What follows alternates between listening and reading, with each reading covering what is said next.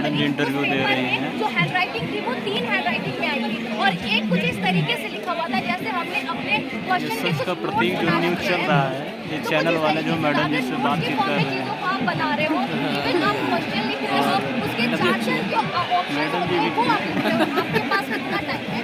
आपके पास बहुत टाइम है, तभी जाकर आप इन चीज़ों को लिख पा रहे हो। और कहीं ना कहीं अगर 4 साल से बच्चे मेहनत कर रहे हैं तो उनकी अकेले की यहाँ मेहनत बोर्ड नहीं मार्क्स भी है, प्रेजेंट हैं। उनके परिवार का स्ट्रगल है, उनके परिवार की ख्वाहिश है कि बच्चे उनके कुछ करें। और जो हम जिस बैकग्राउंड से आते हैं, बच्चे यहाँ फॉर्म फिलअप करते हैं, वो बहुत अमीर खानदान से नहीं होते हैं, वो बहुत गरीब होते हैं। कुछ लोग ऐसे भी होते हैं जो एक टाइम कम खाते हैं लेकिन बच्चों की जो है वो पढ़ाई में अपने पैसे लगाते हैं। जब मैं अपनी क्लास ले रही थी, एक बच्चे ने मुझे बोला कि मैम बता दो अगर री एग्जाम होगा तो क्या मुझे 500 रुपये दोबारा से फी वाह भाई वाह, बहुत बढ़िया बेटा, बहुत बढ़िया। हमें पे करना होगा। शायद उस टाइम वो बच्चा साथ में होता तो आंखों से आंसू निकल आते।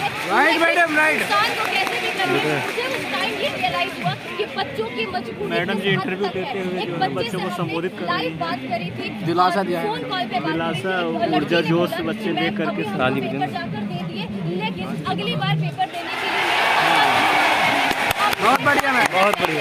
सरकार जवाब दे कि उनके पेरेंट्स को क्या करना चाहिए, उनके बच्चे को क्या करना चाहिए। और मुझे ये नहीं समझ में आ रहा है कि जो हम एक री एग्जाम की मांग कर रहे हैं, हम कर ही क्यों रहे हैं, हमारे साथ ऐसा हुआ क्यों। री एग्जाम जो है वो हमारा सेकंड ऑप्शन है, बट फर्स्ट पे हमारा क्या था, मेरा टारगेट था, मैं रीजनिंग पढ़ाती हूँ, मैंने बच्चों को बहुत अच्छी तरीके से मनिया चैनल पे पढ़ाया और साथ ही साथ उन लोगों को बोला कि बस एग्जाम दे लो, उसके बाद तो अपनी जिंदगी जिएंगे, तुम भी जीना, हम भी जिएंगे, आराम से रहेंगे।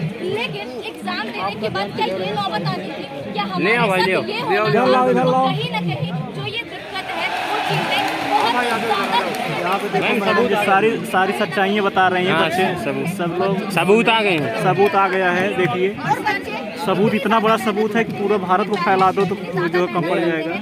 सभी के साथ होता है। और 4 साल 5 साल के बाद अगर एक जॉब देखो, की सरकारी ब्लैक जॉब डे, जो 17-18 कि हमारे लिए बिल्कुल सिक्योर जॉब कहलाती है, आज वो सिक्योर नहीं रह गई है। चंद पैसों के लालच में हम सिर्फ एग्जाम के क्वेश्चंस को नहीं खरीद रहे हैं, उन बच्चों के भविष्य को खरीद रहे जी हैं मैम, जिसके जी। खरीदने की हमारी औकात नहीं है। तो इस वजह से मैं कहना चाहूँगी कि जो चीज़ें हुई हैं बच्चों के लिए वो बहुत शाबाश। खराब हुई है, अब ये चीज़ें नहीं होनी चाहिए और जल्द से जल्द इस पे एक्शन लेना चाहिए और बात हमारे फेवर में ही होना चाहिए। और री एग्जाम ही अगर हमारा अगला सॉल्यूशन है तो री एग्जाम होना चाहिए। लेकिन इसकी गारंटी कौन लेगा कि जो री एग्जाम हो रहा है दोबारा से पेपर लीक नहीं होगा, तो इसकी धांधलेबाजी नहीं होगी, इसकी गारंटी कौन लेगा? तो सबसे पहले लोगों ने जो धांधलेबाजी करी है, जो लोगों ने जिस तरीके मैडम जी से देखो हरकत इंटरव्यू करी दे है, रहे जो हैं। कि बस बहुत को ज्यादा संबोधित अच्छे खराब तरीके हरकत से है, इनको सबसे पहले सजा मिलनी चाहिए और उसके बाद हमारा री एग्जाम कंडक्ट कराना चाहिए और ये पूरी सिक्योरिटी होनी चाहिए। जहाँ से पेपर निकलता है, जहाँ तक स्कूल तक पहुँचता है, जितने अधिकारी सबको और जो बच्चे सच में काबिल है, जो बच्चे सच में मेहनत कर रहे हैं, उन सभी का सिलेक्शन ऊपर तक पहुँचा जाता है, मुख्यमंत्री तक भी। ये थोड़ी ना कि पेपर लीक हो रहे हैं। आज वो जो है एक नहीं, आरों का लीक हुआ है, सारे पेपर लीक हो जा रहे कर हैं। दिए हैं। क्या कर रहे हो? पेपर नहीं करा पा पेपर रहे। होता है, पेपर उसके पहले लीक क्यों हो जाता है?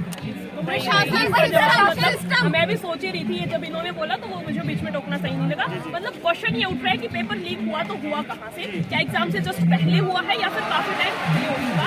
अब एक बात बताओ, एग्जाम से पहले पेपर लीक हुआ होता ना तो इस टाइप से आंसर की बनती है, फर्स्ट का सेकंड आएगा, थर्ड का ये आएगा, इसका ये आएगा। आंसर की इस टाइप से नहीं बनती। यही है। थोड़ा पास से दिखाइए, आंसर की ये है और लोग ये भी आरोप लगा रहे हैं तरह के फर्जी है और लोग जो है इसको बच्चों को जो है क्वेश्चन मैच हो रखा है पूरे के पूरे मीडिया चलेगी तो ये सच माना जाएगा। चारों ऑप्शन छापे हैं और जो सही ऑप्शन है उसको टिक कर रखा है। आप समझ सकते हो इतना फुर्सत से कौन बैठ करके बना सकता है, कहाँ से पेपर लीक हो सकता है, कहाँ से नहीं, आप खुद समझ सकते दीदी एक चीज और पूछना चाहेंगे, इसको छापने में, इसको जो है नकल करवाने में जो है कितना समय लगा होगा? वही मैं समझाना चाह रही हूँ। इतना पेपर बनते ही proper नकल होने लगे होंगे। तो कम से कम 1 से 1.5 घंटा तो आराम से शांति से बैठ करके किसी ने बनाया है। 1 दिन पहले छपा गया है, 2 दिन में बोल सकते हैं, पूरे क्वेश्चन छापे हैं, चारों 2 दिन पहले छपा के 3 दिन पता नहीं। 1 दिन पहले कहाँ लीक हुआ होगा? 24 घंटा पहले वायरल हो रहा। है नहीं कि पेपर से 5 मिनट पहले किसी खुल गई हो, इस टाइप से कोई सिस्टम हुआ, ये सिस्टम में आगे से ही कहीं से कमी रही है और वहीं से चीजें गलत नहीं चलती आ रही है। दीदी बच्चे ये भी कर रहे हैं कि जो नकल माफिया है, जो भी पेपर लीक किया है, उनके घर पे बाबा का बुलडोजर चलना चाहिए। अब सब लोग अब तक चल जाना चाहिए था, इनकाउंटर कर देना चाहिए, क्या होता है जब रेप करने वाले को फांसी इनकाउंटर होना चाहिए।